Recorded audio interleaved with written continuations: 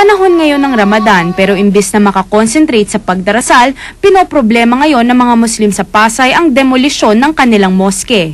Kaya napakasakit kung isipin na ang gobyerno natin ay ina-attempt nilang gibay ng pinakasagradong lugar.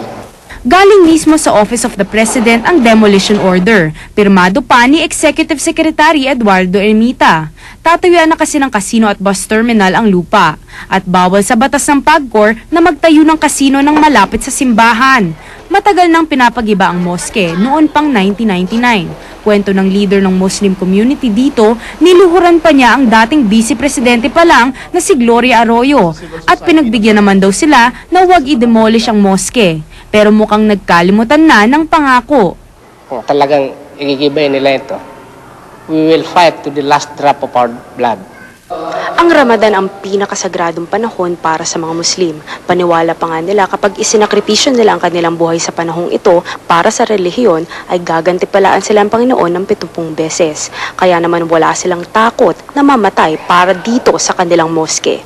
Matanda, babay, bata, kaya namin isangga sa kanyon. Malaking kasalanan sa mga Muslim ang gibain ng isang moske. Payo daw ng mga kapatid nila sa Mindanao, hayaan ang demolisyon para magkaroon sila ng dahilan para magdeklara ng holy war o jihad. Tangisan na ng ngipin. Kung baga sa ano, patayan na yan.